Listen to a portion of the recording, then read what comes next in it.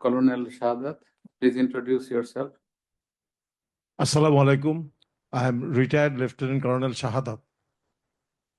Actually, I have two interests of studies. One is subjects related to China, and the second one rather is on tourism. So from that perspective, I have two small suggestions, direct suggestions. As a background, I may say, before 2011, no Nepalese stall ever attended the tourism fair in Bangladesh. 1 or 2% maybe used to come singly and stand inside the Bangladeshi stall. In 2011, I had the opportunity to be the single consultant and coordinator of Asian Tourism Fair.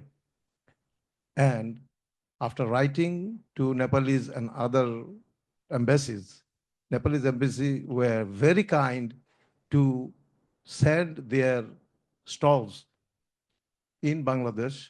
The first Asian Tourism Fair was organized at Bangladesh-China Friendship Center in Nagargaon. So since then, I had been following, and now about, as His Excellency said, about 50,000 people have visited Nepal. My direct suggestion is, if the authority of Bangladesh and Nepal, besides what publicly people are visiting Bangladesh and China, like Bangladesh Parjatan Corporation and the Nepal's tourism organization, jointly organize teams, say for example, 12 teams in 12 months. And those teams would be composed of business personnels, interested high officials, students, and from all sectors. I did not mean the government should sponsor it, but if the people, the common people knows that these are being organized by the authority, so there would be much comfort, security, and the visit would be fruitful. I think if such 12 teams can be organized from Bangladesh and 12 teams from Nepal, the interested persons will pay for themselves. Only thing, the authority will send these teams. The tourism in general or the business in general will boost up a greater. It's my personal opinion. The second suggestion to both the countries is, from my personal experience, I have seen the Nepalese students coming to Bangladesh, well, where there are accommodations like medical hostels, medical universities, or agricultural places, they are staying there. But a bulk of students are staying privately here and there in Dhaka. And many a times, they are suffering like anything, frequently shifting their positions. The focus from the study at times shifts towards the sufferings.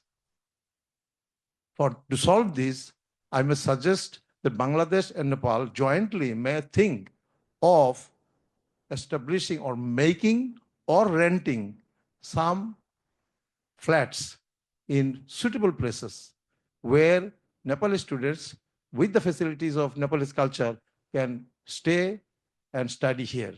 If we can do that, then the more number of Nepalese students will come here. My third point is a little smiling. I'm not an expert on energy, but frankly speaking, when I think there's so much of electricity in Nepal, but we are yet to explore from there, I very widely imagine the electrical engineers or the experts or the scientists from Nepal and both, if they could invent, I say it's my wild imagination, but I know in the current world, there is no end of invention. I only wish if the scientists of both the countries could find some mechanism that electricity are being thrown from Nepal and collected in the tower in Bangladesh, or can make such small batteries which can preserve 100 megawatts or 300 megawatts battery. I only very widely imagine that someday the reality will be like this. The meaning of my saying these, no matter by what kind of negotiations, bilateral negotiations, of course, through the negotiations of India, we must explore and bring electricity from Nepal. Thank you very much, sir. Thank you. The gentleman here, please introduce yourself.